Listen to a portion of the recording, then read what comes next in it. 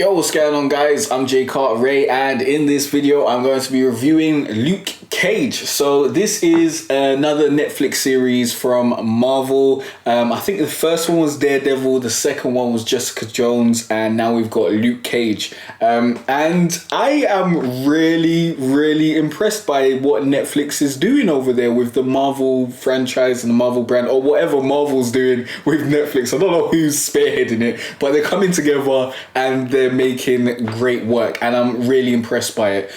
This particular series, Luke Cage, within 2 episodes I was hooked. I was really interested in most of the characters, and I really wanted to know what was gonna go on next. Give me a sec, I've got some notes over here but I forgot to bring them up because I've got like the names of the actors and whatnot. So yeah, Michael Coulter, I think that's how you pronounce his name, or Mike Coulter. He done a great job as Luke Cage. I see him as Luke Cage now because I haven't seen him in anything else, and I think that's really good for when you're trying to you know, bring a new character to the screen. And I don't know. It's great to see a new actor that you haven't seen before, because then he seems like that character. So when I saw him in Jessica Jones, like, he just seemed like Luke Cage there, and in this show he seems like Luke Cage there as well, and he just seems like he's doing the role justice. I personally haven't read any of the Luke Cage comic books or anything like that, so I'm not really familiar with the lore and the history, so I really came into this not knowing much. So yeah, there was loads of mystery for me. For example, there was one big mystery for me, like the main villain, Cottonmouth, played by Mahershala Ali, I think that's how you say his name. I really wanted to know why his name was Cottonmouth, because he seemed to not like the fact that people was calling him Cottonmouth and whatnot. So I really wanted to know why they called him Cottonmouth, and that was never revealed. And after watching the series, I went online to try and check out like why this character's name was Cottonmouth, and I couldn't find anything whatsoever. So that was really annoying. There was no fruition in that. There was a few things that didn't make sense to me, a few dumb decisions by the villains, and in the latter end of the series, it got really silly, in my opinion. I think it went way over the top, and things could have been dealt with way better than they were dealt with. The ending is interesting and unsatisfying at the same time. It's satisfying and unsatisfying at the same time. Because I don't want to spoil it. I'm going to do another video with the spoilers and whatnot, and actually talk about how I felt about certain things. But yeah, Mahershala Ali as Cottonmouth done a great job. The first time I saw him in a role was on a show called The 4400. I didn't really like him in that because he seemed like such a timid character. And then I saw him in House of Cards, and he was great in that as Remy Danton. And when I saw him in this, he just done an excellent job. Now I just want to see him do way more stuff. I think everyone in this was done a great job. I don't remember any time I was like, you know, that is some terrible acting, except for Rosario Dawson's mum. That didn't seem very natural. She didn't seem like a proper actor, in my opinion. So that was like the weakest acting I saw. Simone Missick as Misty Knight, amazing. Like, she knocked it out of the park. Like, that was amazing. It was very good. She done a very good job. Alfred Wood, I think that's how you say her name, as Mariah Dillard.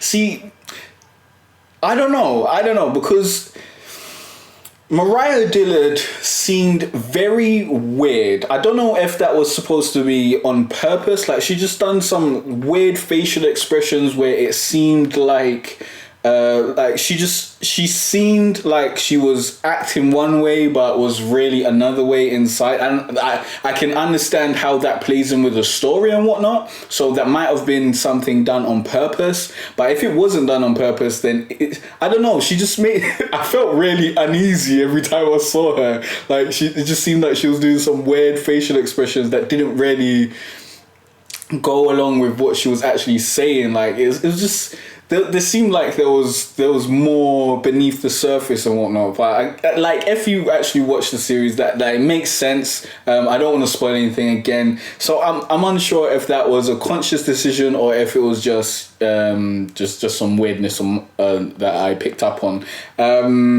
Ron Kepis Jones, I think that's how you say his name, as Bobby Fish, amazing.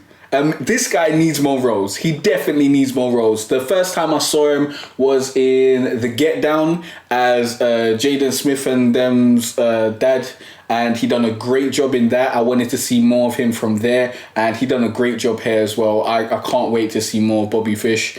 And who else? Thea Rossi as Shades. Now, Thea Rossi, I don't know, Thea Rossi, I don't know how you're supposed to say his name. Sorry, man. The first time I saw him in a role was Juice in Sons of Anarchy, and he was like at the bottom of the hierarchy, so it was a bit difficult for me to take him serious in this role as Shades. So yeah, that kind of irked me at first, but eventually I came around to it. I think he done a good job. Yeah, I think he done a good job. I think everyone done a good job. Like, I saw a few of the twists coming, but like at the latter end of the series, things did change up and I didn't see exactly where it was going. And yeah, I've got a few more points that I want to share with you guys, but I'm going to leave that for my spoiler video version. But all in all, Luke Cage was a great series. I had fun with it. I watched it in like 3 days. I binge watched it. I went through it. But I did binge watch it to review it. But if I wasn't reviewing it and I had the time to binge watch it, I would probably binge watched it anyways.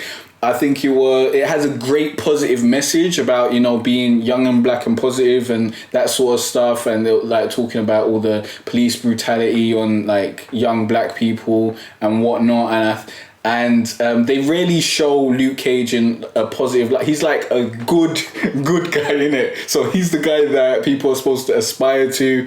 And it's really positive. I like what they done with it. They're also talking about like black history and stuff. Like it was a really interesting series. And I think their heart is in the right place. I love the tone of it, and I loved the undertone of, you know, them, you know, bigging up the black people and the black culture and making it just all positive and come together in harmony and whatnot. And I was really impressed by that. So yeah, definitely go watch Luke Cage. It is worth your time. And thanks for watching. Please hit that like button if you haven't done so already. Also, be sure to subscribe, as I'll be putting out loads more reviews. And if you want to check out the rest of my reviews, you can click on the playlist on the screen to check out those. And I'll see you guys in the next video. Also, leave a comment down below. Let me know what you thought of Luke Cage. If you've seen it, if you haven't, let me know if you're gonna watch it or what you thought of the trailers. When I saw the trailers, I didn't care. I didn't care at all about watching Luke Cage. But then I actually watched it and it was way better. But yeah, let me know. I'll see you guys next time. It's been a cold winter and it's lasted far too long. So all this warmth I share with you.